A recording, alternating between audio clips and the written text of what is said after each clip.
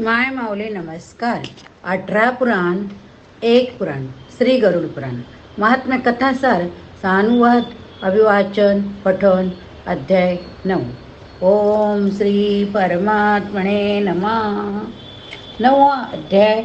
मरणासन्न व्यक्ति के निमित्त किए जाने वाले कृत्य. गरुड़ बोले, हे प्रभु, आपके अतुरकालिक दान के संदर्भ में कलिभांति कहा. अब म्रियमान मरणस्थ व्यक्ति के लिए जो कुछ करना चाहिए उसे बताइए. भगवान ने कहा, हे तार्क्ष, जिस विधान से मनुष्य मरने पर सद्गति प्राप्त करते हैं, शरीर त्याग करने की उस विधि को मैं कहता हूँ, सुनो. कर्म के संबंध से जब प्राणी अपना शरीर छोड़ने लगता है तो उस समय तुलसी के समीप गोबर से एक मंडल की रचना करनी चाहिए. वहाँ उस मंडल के ऊपर तिल बिखेर कर कुशों को बिछाए. तदनंतर उनके ऊपर श्वेत वस्त्र के आसन पर शालग्राम शिला को स्थापित करे. जहाँ पाप, दोष, भय को हरण करने वाले शालग्राम शिला विद्यमान है, उसके सनिध में मरने से प्राणी की मुक्ति सुनिश्चित है. जहाँ जगत के ताप का हरण करने वाली तुलसी वृक्ष की छाया है, वह मरने से सदैव मुक्ति ही होती है, जो मुक्ति दानादि कर्मों से दुर्लभ है. जिसके घर में तुलसी वृंद के तुलसी वृक्ष के लिए स्थान बना हुआ है, वह घर तीर्थ स्वरूप है. वहाँ यम के दूत प्रवेश नहीं करते. तुलसी की मंजरी से युक्त होकर जो प्राणी अपने प्राणों का परित्याग करता है, अशक्र पापों से युक्त हो भी तो यमराज उसे देख नहीं सकते. तुलसी के दल को मुख में रखकर तिल और कुश के आसन पर मरने वाला व्यक्ति पुत्रहीन हो तो भी निसंदेह विष्णुपुर को जाता है. 3 प्रकार, काले, सफेद, भूरे के तिल, कुश और तुलसी, ये सब म्रियमान प्राणी को दुर्गति से बचा लेते हैं. यतः मेरे पसीने से तिल पैदा हुए, अतः वे पवित्र है. असुर, दानव, दैत्य तिल को देखकर भाग जाते हैं. ये तार्क्ष, मेरे रोम से पैदा हुए कुश मेरी विभूति है, इसलिए उनके स्पर्श से ही मनुष्य को स्वर्ग की प्राप्ति होती है. कुश के मूल में ब्रह्मा, कुश के मध्य में जनार्दन, कुश के अग्रभाग में शंकर, इस प्रकार तीनों देवता कुश में स्थित है, ब्रह्मा, विष्णु, महेश. इसलिए कुश, अग्नि, मंत्र, तुलसी, ब्राह्मण, गौ ये बार बार उपयोग किए जाने पर भी निर्माल्य नहीं होते. पिंडदान में उपयोग किए गए दर्भ, कुश, प्रेत के निमित्त भोजन करने वाले ब्राह्मण, निज के मुख से उच्चारित मंत्र, नीच संबंधी गौ, तुलसी तथा चिता की आग, ये सब निर्माल्य अर्थात अपवित्र होते हैं. गोबर से लिपी हुई कुश बिछाकर संस्कार को भी पृथ्वी पर आतुर मरणासन्न व्यक्ति को स्थापित करना चाहिए. अंतरिक्ष का परिहार करना चाहिए, अर्थात चौकी आदि पर नहीं रखना चाहिए. ब्रह्मा, विष्णु, रुद्र तथा अन्य सभी देवता, हुताशन, अग्नि, ये सभी मंडल पर विराजमान रहते हैं. इसलिए मंडल की रचना करनी चाहिए.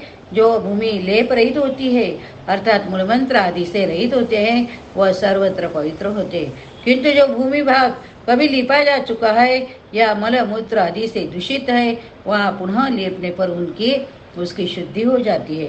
बिना लिपी हुई भूमि पर, 4 पाई आदि पर या आकाश में भूमि की सतह से ऊपर राक्षस, पिशाच, भूत, प्रेत आदि और भूत, यमदूत प्रविष्ट हो जाते हैं.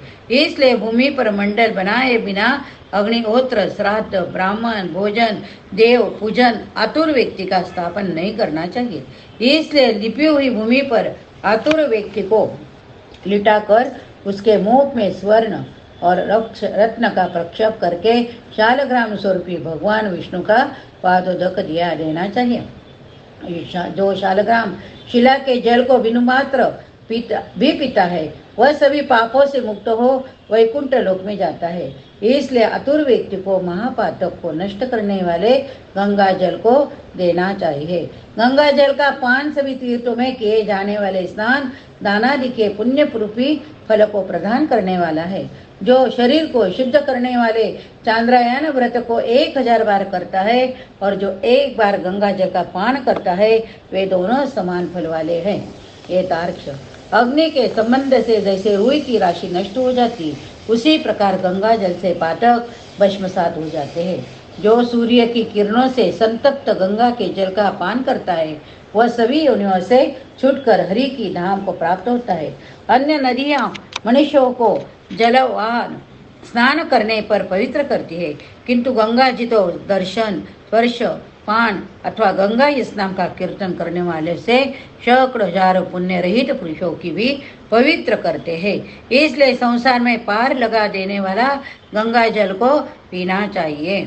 जो व्यक्ति प्राणों के कंटकगत होने पर गंगा गंगा गंगा गंगा ऐसा कहता है वह विष्णु लोक को प्राप्त होता है और पुनः भूलोक में जन्म नहीं लेता। प्राणक्रमण प्राणों के निकलने के समय जो पुरुष श्रद्धायुक्त होकर मन से गंगा का चिंतन करता है वह भी परम गति को प्राप्त होता है। अतः गंगा का ध्यान, गंगा को नमन, गंगा का स्मरण करना चाहिए, गंगा जल का पान करना चाहिए। इसके बाद मोक्ष प्रदान करने वाली श्रीमद् भागवत की कथाओं को जिनका संभव हो उतना श्रवण करना चाहिए। जो व्यक्ति अंत समय में श्रीमद् भागवत के एक श्लोक, आधे श्लोक अथवा एक पाद का भी पाठ करता है वह ब्रह्म लोक को प्राप्त होकर पुनः संसार में कभी नहीं आता। ब्राह्मण, क्षत्रिय, वैश्य को मरण काल में वेद उपनिषदों का पाठ, शिव विष्णु की स्तुति युक्ति मुक्ति प्राप्त होती है। एक प्राण त्याग के समय मनुष्य को अनशन, व्रत, जल और अन्न का त्याग करना चाहिए। यदि वह विरक्त द्विजन्मा हो तो उसे आतुर संन्यास लेना चाहिए। प्राणों के कंठ में आने पर जो प्राणी मैंने संन्यास ले लिया है ऐसा कहता है वह मरने पर विष्णु लोक को प्राप्त होता है, पुनः पृथ्वी पर उसका जन्म नहीं होता।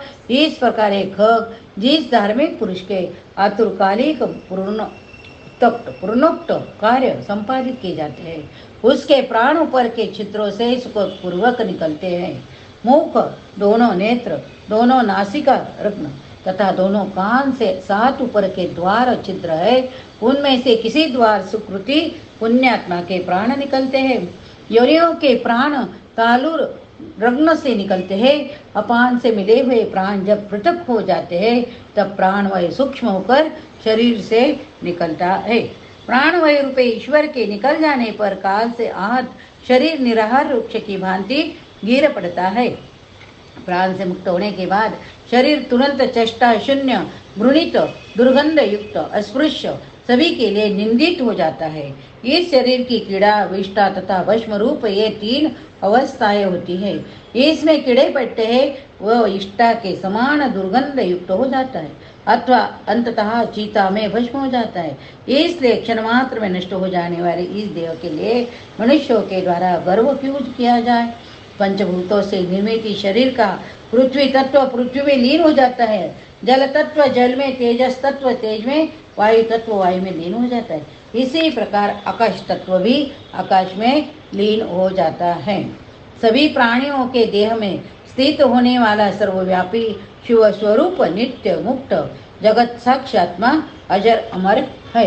सभी इंद्रियों से युक्त शब्द विषयों से मुक्त युक्त मृत व्यक्ति के देह से निकला जीव कर्म कोश से संबंधित तथा काम रागादि के सहित पुण्य की वासना से युक्त होकर अपने कर्मों के द्वारा निर्मित नवीन शरीर में उसी प्रकार प्रवेश करता है जैसे घर के जल जाने पर गृहस्थ दूसरे नवीन घर में प्रवेश करता है।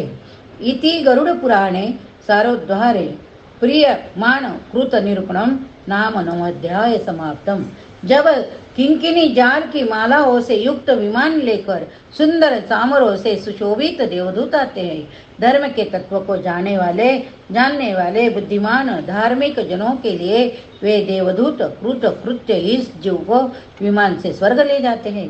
सुंदर दिव्य देह धारण करके, निर्मल वस्त्र माल्य धारण करके, स्वर्ण रत्नादि आरोहणों से युक्त होकर वह महानुभाव जीवदान में प्रभाव से देवताओं से पूजित होकर स्वर्ग में प्राप्त हो जाता है। इस प्रकार गरुड़ पुराण के अंतर्गत सारोद्धार में म्रियमाण कृत्य निरूपम नामक 9 अध्याय पूरा हुआ है। हरे नमः हरे नमः। पुराणं सरशास्त्राणां प्रथमं ब्राह्मणा स्मृतं उत्तमं सर्वलोकानां सर्वज्ञानोपपादकम्।